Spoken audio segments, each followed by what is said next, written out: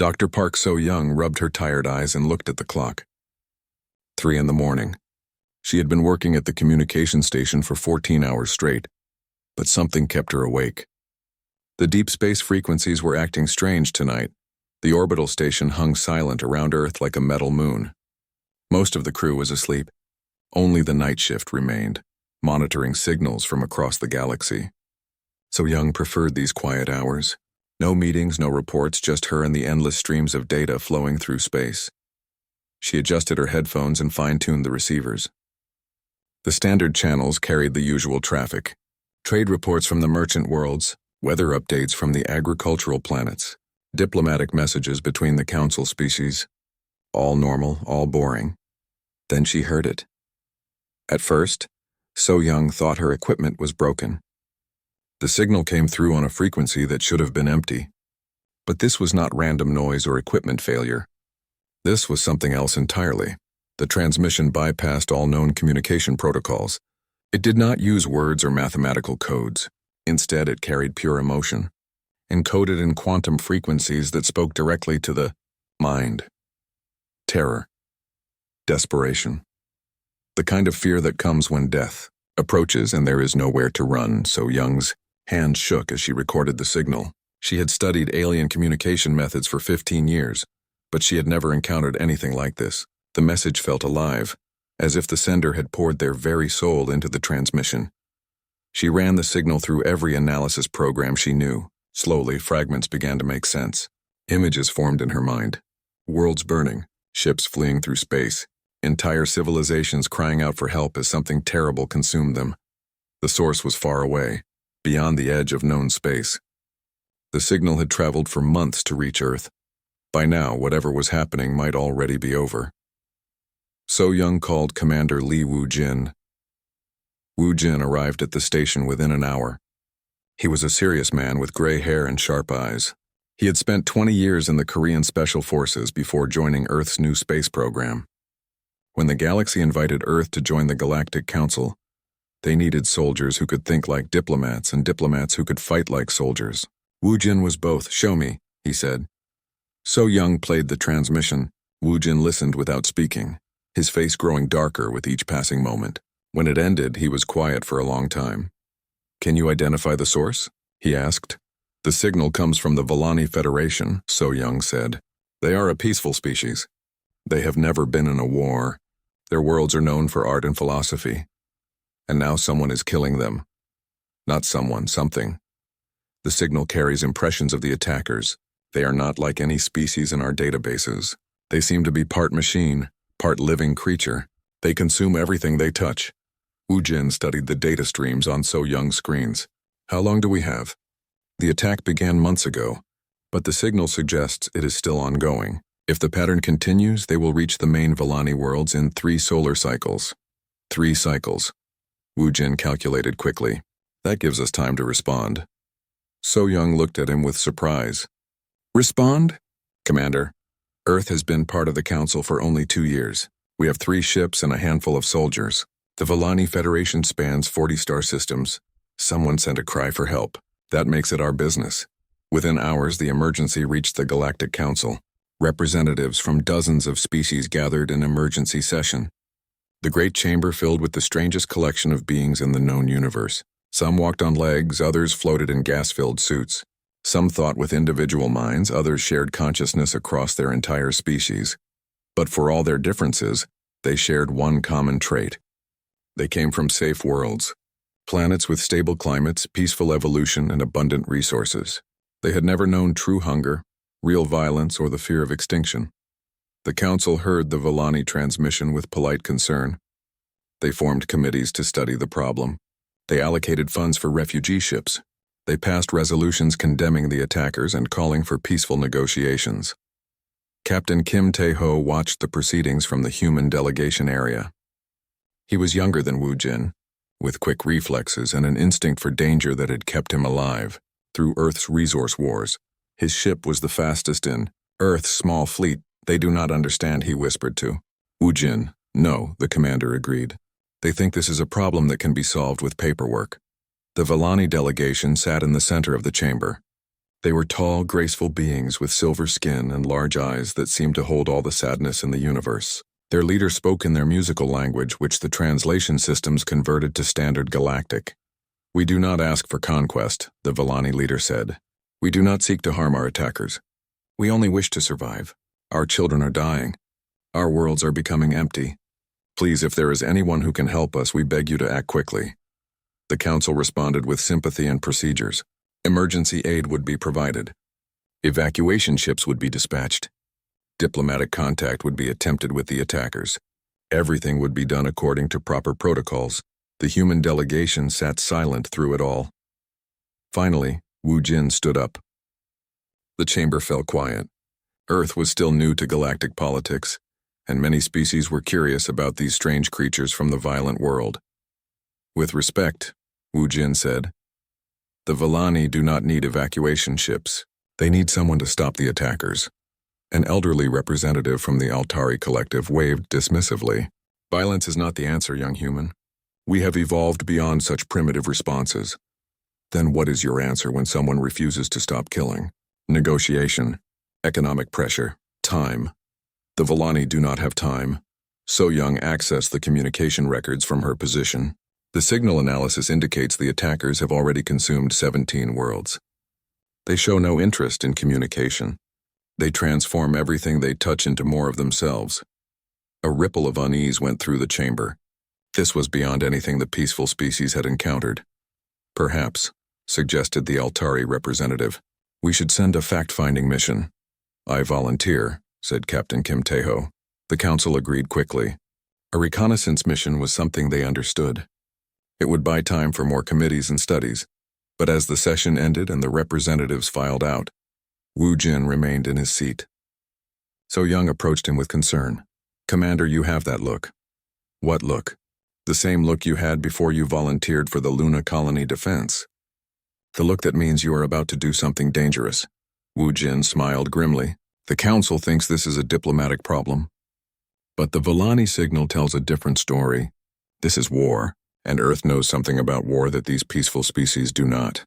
"What is that?" "Sometimes good people have to do terrible things to protect innocent lives.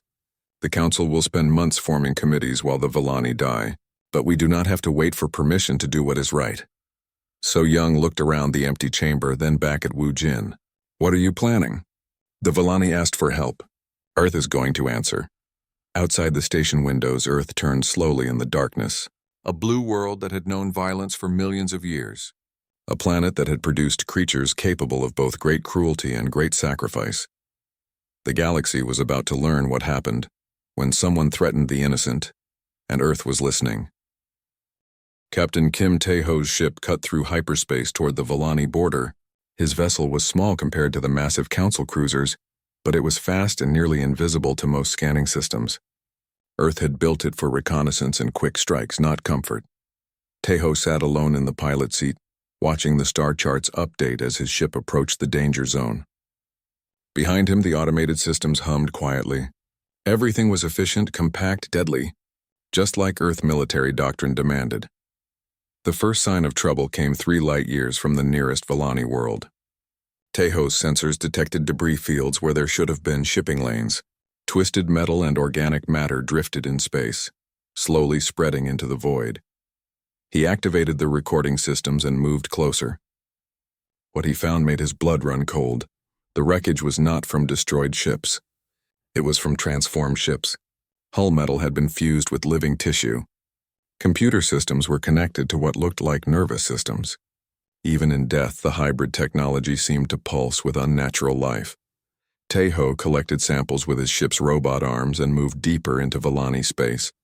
Each system he visited told the same story. Planets that once bloomed with life were now covered in writhing biomass. The attackers did not simply destroy. They consumed and converted everything into more of themselves. On the 4th day, he found them. The Kithran horde moved through space like a living disease. Their ships were massive organisms that pulsed and breathed in the vacuum. They traveled in groups of hundreds, leaving nothing behind but dead worlds transformed into nurseries for more of their kind. Tae-ho watched from a distance as they attacked a Villani research station. The station's shields held for exactly 17 minutes. When they fell, the Kithrans did not destroy the facility. Instead, they attached themselves to it like parasites, pumping it full of their biological agents until the metal and plastic began to grow and change. The Volani crew lasted longer than their station. Tejo's sensors picked up their final transmissions. They did not beg for mercy, they simply asked that someone remember their names. Tejo turned his ship around and began the long journey back to Earth. He had seen enough. Admiral Choi Yun-seo received Tejo's report in her office aboard the orbital defense platform. She was a small woman with iron-gray hair and eyes that had seen too much war. She had commanded Earth's forces during the resource wars, when humanity nearly destroyed itself fighting over water and rare metals. "How many ships do they have?" she asked. "At least 3,000 in the group I observed," Tejo reported. "But the debris patterns suggest there are multiple groups operating across different sectors. And our intelligence on their technology? The samples show a fusion of biological and mechanical systems. They can adapt and evolve their technology in real time. Traditional weapons might not be effective." Yun-seo studied the tactical displays. Earth's entire space fleet consisted of 12 ships. The orbital platforms could defend the home system, but they could not project power across interstellar distances. "Recommendations? We cannot match their numbers," Tejo said. "But we might not need to. The Kithrans have never faced opposition before. They expect their enemies to run or surrender. They are not prepared for humans." A new voice interrupted the briefing. "No one is prepared for humans." Engineer Jang Min-ho entered the room carrying a datapad and wearing his usual worried expression. He was the designer of Earth's most advanced weapon systems, a quiet man who created terrible things to protect good people. "I have been analyzing the Kithran samples," Min-ho said. "Their biomechanical fusion is impressive, but it has weaknesses. They rely on biological adaptation, which takes time. If we can overwhelm their adaptive responses with multiple simultaneous threats, we can cause system failures." "What kind of threats?" Yun-seo asked. "Thermal, electromagnetic, biological, kinetic. We attack their ships with everything at once, faster than they can adapt. And if that does not work," Min-ho's expression grew darker, "then we use the weapons the Council thinks are theoretical nightmares." Yun-seo knew what he meant. Earth's weapons development had not stopped when they joined the galactic community. If anything, learning about hostile alien species had accelerated their military research. They had developed weapons that most peaceful species could not even imagine. "The Council will not approve," she said. "The Council does not have to live with the consequences if we fail," Min-ho replied. "The Volani do."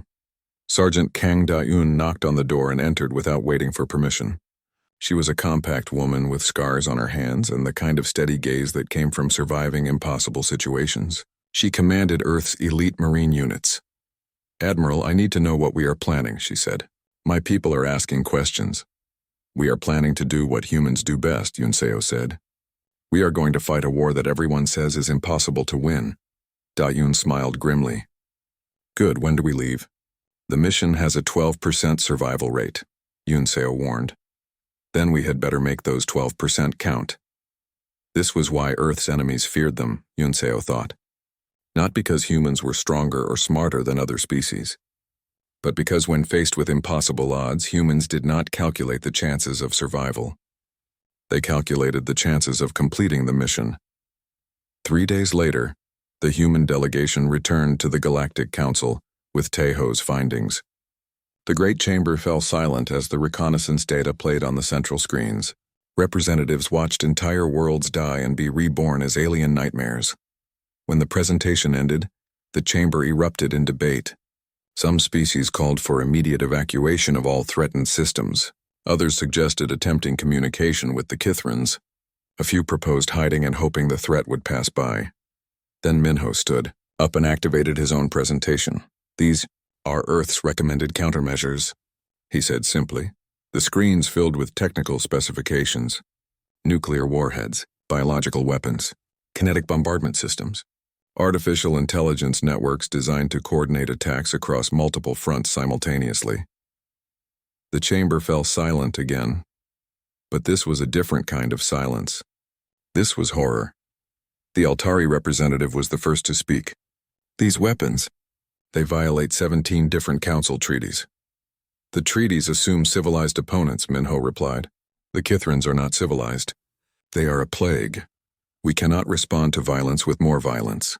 It goes against everything the Council stands for. Commander Wu Jin rose from his seat. Then what does the Council stand for when innocent people are being murdered? We stand for peace, for negotiation, for finding solutions that do not require killing. The Kithrans have killed billions of Vallani. They have transformed entire worlds into breeding grounds. When someone refuses to stop killing, what peaceful solution do you propose? The chamber buzzed with uncomfortable murmurs. These were species that had evolved beyond conflict, that had built their civilizations on cooperation and mutual understanding. The concept of an enemy that could not be reasoned with was alien to them. The Vallani delegation sat in their section, hope and despair warring in their large eyes. They had listened to days of debate while their people died. Finally, their leader stood up. Honored council members, she said in her musical voice, we are grateful for your concern and your efforts to find a peaceful solution. But our children are dying while we speak. If there is anyone willing to fight for us, we ask them to please hurry. The Altari representative shifted uncomfortably. Violence is never the answer. Surely you understand that using such weapons would make us no better than the attackers.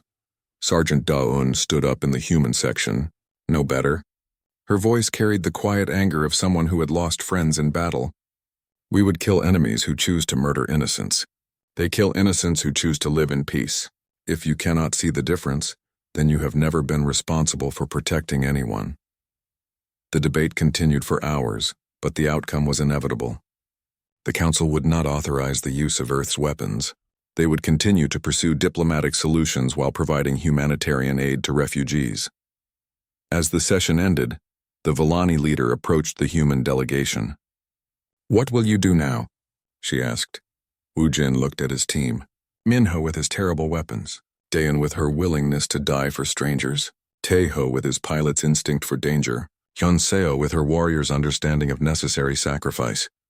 We are going to do what Earth does when good people ask for help, he said. We are going to answer. That night, coded messages flashed between Earth and its ships scattered across the galaxy. Small, fast vessels began changing course toward the Vallani Federation. Supply depots activated emergency protocols. Soldiers who had been on leave reported for duty. The galaxy's peaceful species slept, confident that diplomacy would eventually find a solution. Earth prepared for war. The human fleet arrived at the Vallani system, just as the Kithran scouts breached the outer defenses. 12 ships against 3,000. By any reasonable calculation, it was suicide. Commander Wu Jin stood on the bridge of the lead vessel, watching the tactical displays update with enemy positions. The Kithran ships moved like living things, pulsing and flowing through space in organic formations that defied traditional military tactics. Communications. Open a channel to all ships, he ordered. Channel open, sir. All units, this is command. Remember what we are here to do. We are not here to win a glorious victory. We are here to buy time for innocent people to live. Make every shot count. Make every sacrifice matter. Earth is watching. The response came back from all 12 ships. For the Vallani, the first engagement began badly. The Kithran scouts swarmed the human formation, expecting the quick surrender they had seen from other species. Instead, they met something they had never encountered before. Captain Taeho's reconnaissance ship dove straight into the enemy formation, all weapons firing. His missiles carried payloads designed by Minho's engineering team. They struck Kithran bioships with thermal charges, electromagnetic pulses, and biological agents simultaneously. The result was chaos. The Kithran ships tried to adapt to each attack, but their biological systems could not handle multiple different threats at once. Hull tissue died while mechanical systems overloaded. 3 enemy vessels went dead in space, but more kept coming. On the surface of the nearest Vallani world, medical officer Yoon Hai-wan worked in a field hospital as explosions lit up the sky above. She was a small woman with gentle hands and the kind of determination that kept her working when exhaustion would have stopped anyone else. The Vallani civilians brought to her were unlike any patients she had ever treated. Their silver skin was translucent, showing internal organs that glowed softly with bioluminescent patterns. Many were injured from the evacuation chaos, but others showed signs of Kithran biological contamination. Doctor, we need you in surgery. called her assistant. Heywan looked up from the child she was treating. The little Villani had been caught in a building collapse during the evacuation. Her leg was broken, but she would survive. Outside, the sound of weapons fire grew closer. The Kithran ground forces had landed. Move the critical patients to the deep shelters, Heywan ordered. I will stay with the ones who cannot be moved. Doctor, the evacuation order includes all medical personnel. The evacuation order includes all personnel who can leave their patients behind. I cannot. Communications specialist Nam Jin-woo crouched in the ruins of a Villani communications center, surrounded by the bodies of the technicians who had died defending their posts. His equipment was jury-rigged from human and Villani technology, creating a hybrid system that could coordinate forces across multiple fronts simultaneously. Command, this is forward communications. I have visual on the Kithran ground assault. They are not using conventional tactics. Explain, came Woojin's voice over the static. They are transforming the battlefield as they advance. The ground itself is becoming hostile. Plants are turning into weapons. The air is becoming toxic. Can you maintain coordination? Jin-woo looked at his failing equipment and the advancing wall of corrupted landscape. Affirmative. I can maintain communication for another 6 hours. You have extraction options. Negative. Someone needs to coordinate the civilian evacuation. The Villani systems are not compatible with our tactical networks. He did not mention that maintaining the communication link required someone to manually adjust the equipment every few minutes as the Kithran bioweapons tried to corrupt it. He did not mention that staying meant certain death when the enemy reached his position. Some things did not need to be said. Heavy weapons specialist. Oh Kyung-min carried the largest gun in the human arsenal. It was a portable fusion cannon that could punch through starship armor. It also weighed 200 kilograms and required a direct neural interface to operate.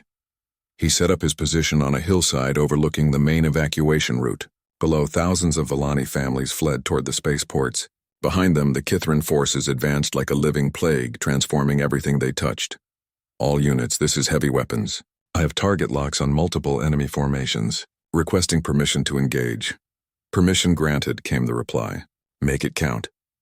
Kyung-min's first shot vaporized an entire Kithran biotank and everything within 50 meters of it.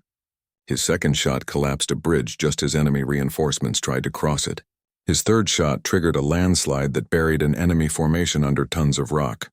But each shot revealed his position.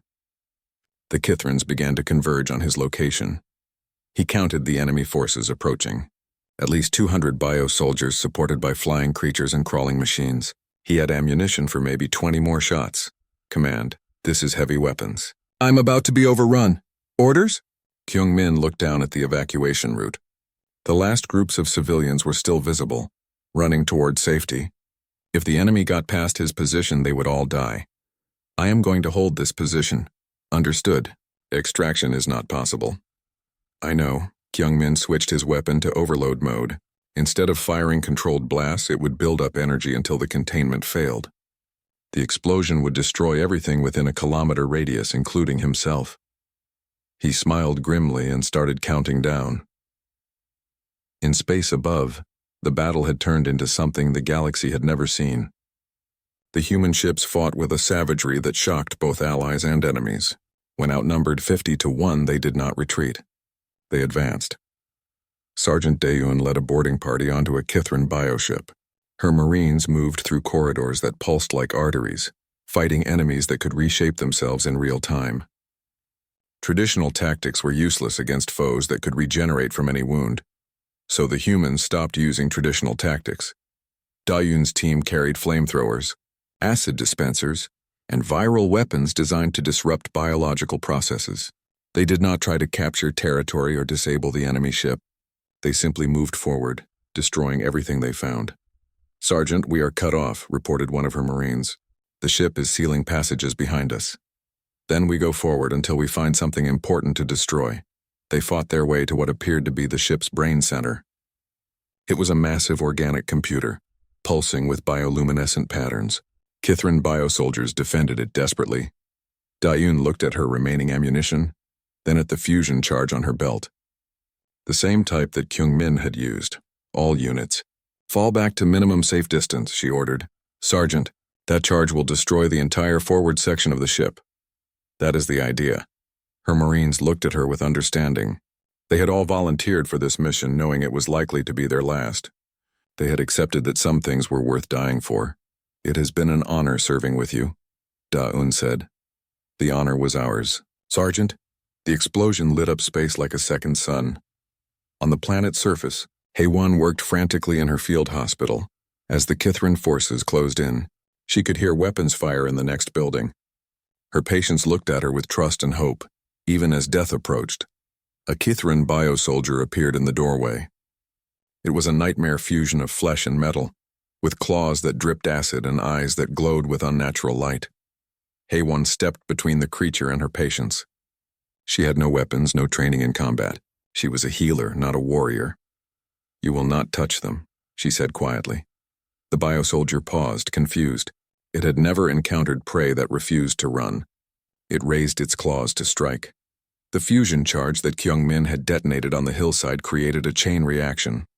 The explosion triggered secondary blasts throughout the Kithran force, disrupting their biological networks and causing system-wide failures. The biosoldier in the hospital doorway convulsed and fell dead. Hay-1 looked at the smoking corpse, then turned back to her patients. Let us get you ready for transport. The evacuation ships will be here soon. Above them, Jin-Woo's voice crackled over the communication system. All units, this is forward communications. Enemy forces are in full retreat. Repeat, the Kithrans are retreating. It was the first time in their expansion that the Kithran horde had been forced to withdraw from a battle. Commander Wu Jin stood in the ruins of the Villani capital, surrounded by human soldiers and grateful civilians. The cost had been terrible. They had lost 7 ships and over 300 personnel. But the Villani were alive, and the Kithrans had learned something new about fear. A young Villani approached him, her large eyes filled with tears of gratitude. Why? She asked in broken standard language. Why did your people die for us? Wu Jin looked around at his surviving soldiers. Tired, wounded, but unbroken, they had done something the galaxy thought impossible. They had made monsters afraid. Because, he said simply, someone had to. Word of the human victory spread across the galaxy faster than hyperspace communications. For the first time in their history, the Kithran horde had encountered an enemy that frightened them more than they frightened others. The peaceful species of the Council watched the battle recordings with awe and horror. These humans fought with a savagery that violated every principle of civilized warfare. The Kithran retreat from Villani space was not the end. It was the beginning of something worse. Dr. Ryu Yunji studied the battlefield recordings in her laboratory aboard Earth's orbital research station. As the fleet's xenopsychologist, she was responsible for understanding how the war affected both human and alien minds. What she found in the data made her deeply worried. The Kithrans are learning, she reported to Admiral Yunseo during their weekly briefing. They have analyzed our tactics and are adapting their strategies accordingly. Adapting how? They have stopped using conventional assault patterns. Instead, they are deploying what appears to be psychological warfare. They are trying to break our minds before they break our bodies. Yunseo studied the reports on her screen. 3 more systems had fallen to Kithran attacks in the past month. But these attacks were different from previous ones. The bioships arrived slowly, broadcasting strange signals that seemed to cause madness in defending crews. What kind of psychological attacks? They have weaponized their biointegration technology. Instead of simply consuming victims, they are now attempting to control them. They turn people into weapons against their own kind. Yunji activated a holographic display showing brain scans from captured enemy biosoldiers. The images revealed neural patterns that were no longer fully organic or fully mechanical. They were something else entirely. The process appears to be irreversible, she continued. Once someone is converted, they retain their memories and skills but serve the horde completely. They become perfect infiltrators, countermeasures. That is where it gets interesting.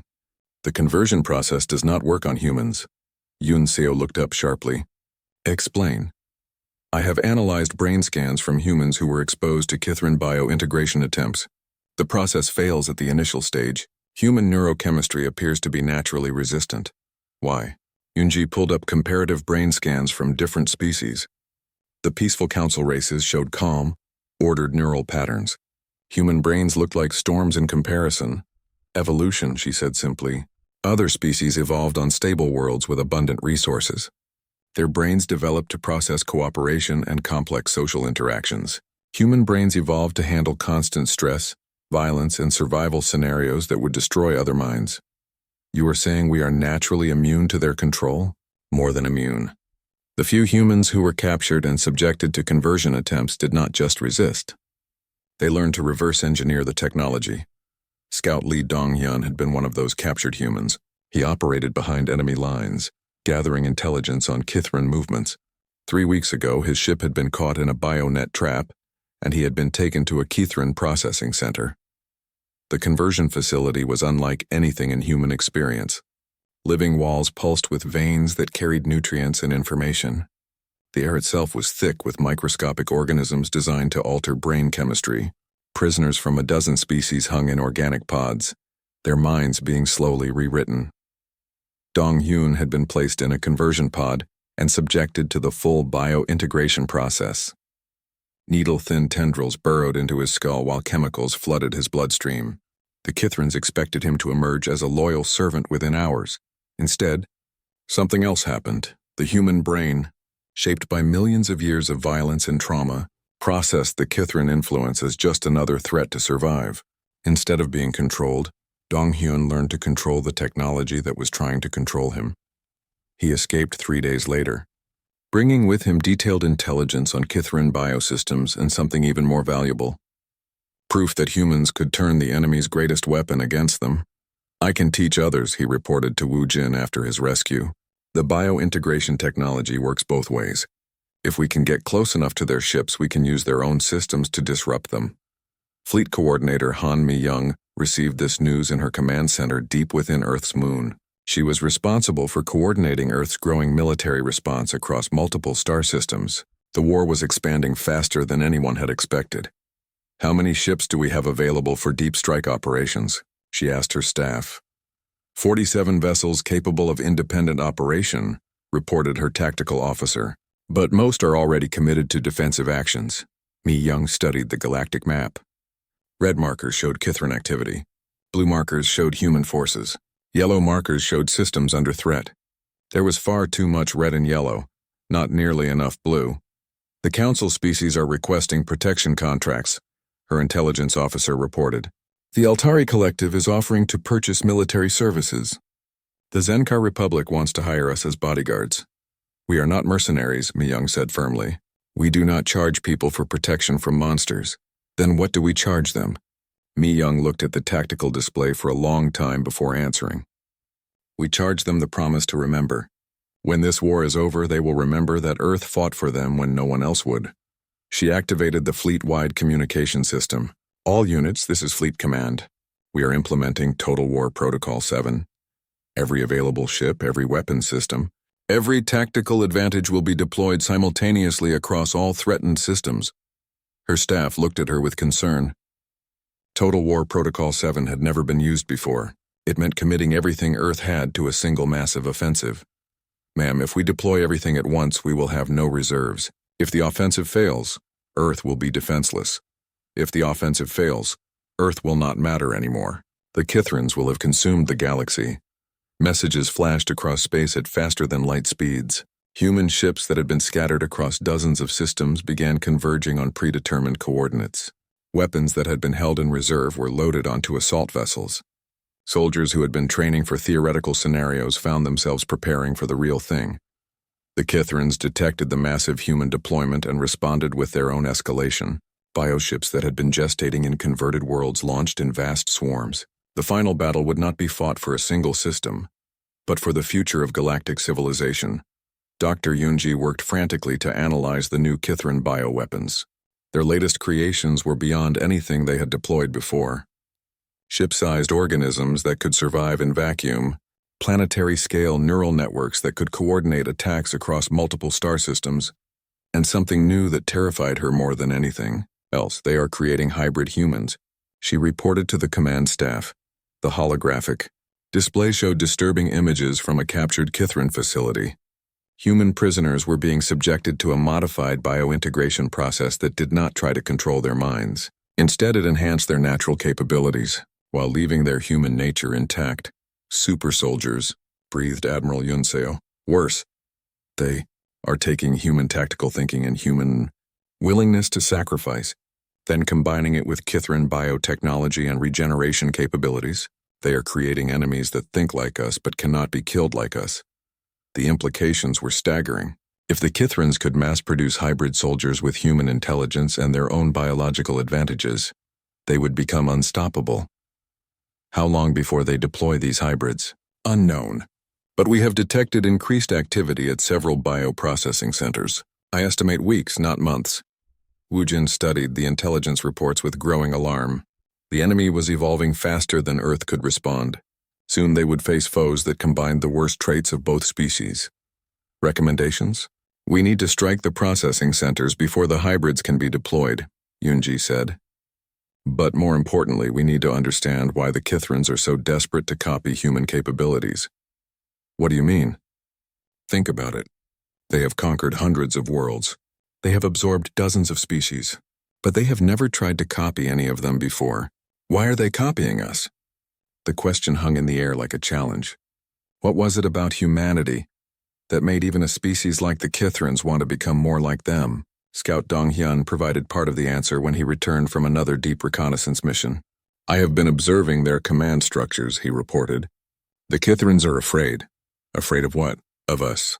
For the first time in their expansion, they have encountered an enemy that does not behave according to their expectations. They expect conquered species to submit or flee. We do neither. We fight harder when outnumbered. We sacrifice ourselves for people we have never met. They cannot understand it and they cannot predict it. So they are trying to copy it? Yes. But they do not understand what makes humans willing to die for strangers. They think it is just another biological function they can replicate. Coordinator Mi Young listened to this analysis with growing understanding. They are trying to weaponize human nature. But human nature cannot be weaponized because it is not about biology. It is about choice. She turned to the assembled command staff. We have weeks before they deploy their hybrid soldiers. We have one chance to end this war before it becomes unwinnable. What do you propose? We do what humans do best. We take an impossible situation and make it worse for the enemy. The final battle began in the darkness between stars, where the Kithran primary hive world hung like a cancerous growth in space. It was not a planet anymore, but a living weapon the size of a world, pulsing with the accumulated biomass of 100 consumed civilizations. Commander Wu Jin stood on the bridge of Earth's flagship, watching the tactical displays update with the positions of both fleets. Humanity had committed everything to this assault. Every ship, every weapon, every soldier. There would be no second chances. Fleet status report, he ordered. All vessels reporting ready, came the reply. Human forces, 47 ships. Kithran forces. Over 4,000 biovessels plus the hive world's integrated defense systems. The odds were worse than anything humanity had faced before. But the fleet moved forward anyway, because that was what humans did when the innocent needed protecting. Admiral Yunseo coordinated the battle from the fleet command ship. Around her, holographic displays showed the positions of human forces scattered across dozens of star systems. This was not just one battle, but a coordinated assault on every major Kithran installation simultaneously. All units commence Operation Final Stand, she announced. Remember what we are fighting for. Remember who is counting on us. Earth expects every human to do their duty. The response came back from across the galaxy. For the innocent. The battle began with a coordinated strike that the Kithrans had never seen before. Human ships attacked from every direction at once, using tactics that violated every principle of rational warfare. Instead of concentrating their forces, they spread out to hit as many targets as possible. Instead of protecting their own ships, they used them as weapons. Captain Taeho led the first wave in a direct assault on the hive world's surface. His ship and 11 others dove through the defensive screen, absorbing massive damage as they closed with their target. They were not trying to survive the attack. They were trying to deliver their payloads before they died. Taeho's ship carried one of Engineer Minho's most terrible creations, a viral weapon designed to disrupt Kithran biological systems at the molecular level. He flew his burning vessel straight into the hive world's atmosphere, and released the payload before his ship disintegrated under enemy fire. The virus spread across the hive world's surface like wildfire, causing massive system failures as the planet's integrated bio-networks began to collapse. For the first time in their history, the Kithrans felt their homeworld dying beneath them. On the surface, Sergeant Da Yun led a strike team into the heart of the biohive. Her mission was impossible: penetrate the most heavily defended location in Kithran space and destroy the central command nodes that coordinated their entire species. Her team moved through corridors that pulsed with alien life, fighting past defenses that adapted to their tactics in real time. They lost half their people in the first hour, but they kept advancing because that was what the mission required. "Command, this is Strike Team Alpha," Daun reported as her team reached the central chamber. "We have visual on the primary command node. It is larger than intelligence estimated." The central command node was not just a computer. It was a living archive of every species the Kithrans had consumed, a biological library that contained the memories and knowledge of billions of beings. Destroying it would cripple the Kithran war effort, but it would also erase the last traces of countless civilizations. "Orders, Sergeant?" Dayan looked at the massive organic structure, pulsing with the thoughts and dreams of the dead. Then she looked at her remaining soldiers, young people who had volunteered to die for strangers they would never meet. "We complete the mission," she said simply. The fusion charges they carried were enough to destroy the entire chamber and everything in it. Taiyun set the timer and looked at her team one last time. "It has been an honor serving with you," she said. "The honor was ours, Sergeant." The explosion lit up the hive world from within. Medical Officer Haiwan worked in a field hospital on a distant world as the final battle raged. Her patients were not human soldiers this time, but refugee children from a dozen different species. The Kithran War had displaced millions of civilians, and Earth's medical teams were scattered across the galaxy caring for them. A young Villani girl tugged at Haiwan's sleeve. "Doctor, why are your people fighting the monsters?" Haiwan looked down at the child's large, trusting eyes. "Because monsters should not be allowed to hurt children. But your people are dying." "Yes, they are. Why do they do it?" Haiwan thought about all the human soldiers she had treated, young people who had given everything to protect strangers. "Because someone has to, and we are the someone who can." In space above the hive world, the battle reached its climax. The Kithran defenses were failing, but they were taking a terrible toll on the human fleet. Ship after ship died in brilliant explosions as their crews rammed enemy vessels or detonated their own reactors to take out multiple targets. Communications. Specialist Jin Woo coordinated the final assault from a command post that had been overrun 3 times. His equipment was damaged, his position was surrounded, but he kept the human forces connected across a battlefield that spanned multiple star systems. "All units, this is Fleet Communications," he broadcast as enemy biosoldiers closed in on his position. "The hive world is destabilizing. Repeat, primary target is neutralized. Begin withdrawal to secondary objectives." He did not mention that he would not be withdrawing. Someone had to maintain communications until the last ship was clear. Someone had to make sure the mission was completed properly. The explosion that claimed Jin Woo's position also triggered a chain reaction across the hive world's surface.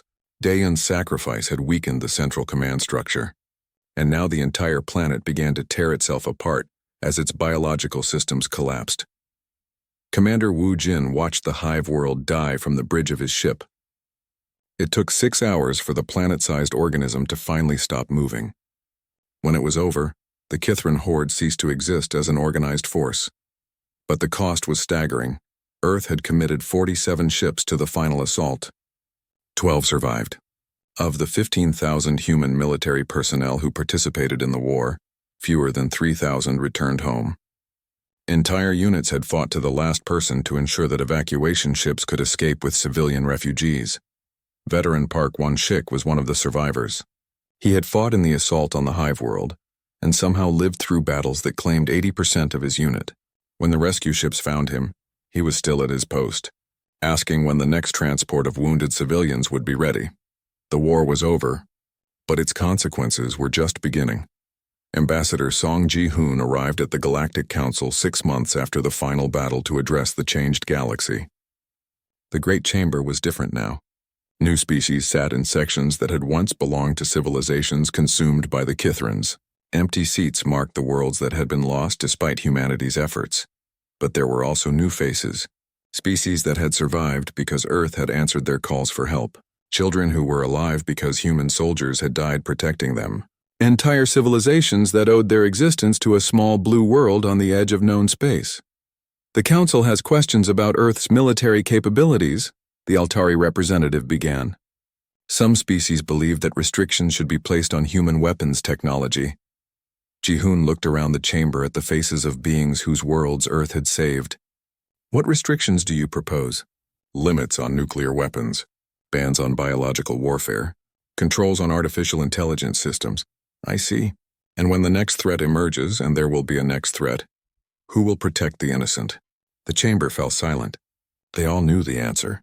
"The galaxy has learned something important," Ji-hoon continued. "Peace is not the absence of conflict. Peace is the presence of those willing to fight for it. Earth does not seek to be your rulers or your conquerors. We seek only to be your guardians." Researcher Kim Yoo-jin published her final report on the war's aftermath 6 months later. Her analysis concluded that humanity had fundamentally altered the balance of galactic civilization. The concepts of total warfare, protective sacrifice, and willingness to die for strangers had been introduced to species that had never imagined such things were possible. "The psychological impact cannot be overstated," she wrote. "Earth has demonstrated that there are beings in the universe willing to accept any cost to protect the innocent. This knowledge has changed how every species views their own responsibilities and capabilities. Some worlds began developing their own military forces for the first time in their history. Others established new institutions dedicated to supporting those who fought to protect others. The galaxy was learning that freedom had a price, and someone had to be willing to pay it. But perhaps the most significant change was simpler than that. Across the galaxy, when civilizations faced extinction, they no longer prayed to distant gods or formed committees to study the problem. They sent messages to a small blue world whose children had proven that good people would always answer when the innocent called for help. The messages all said the same thing: help us. And from Earth, the answer always came back: we are coming. The Kithran horde was extinct. The immediate threat was over. But Earth,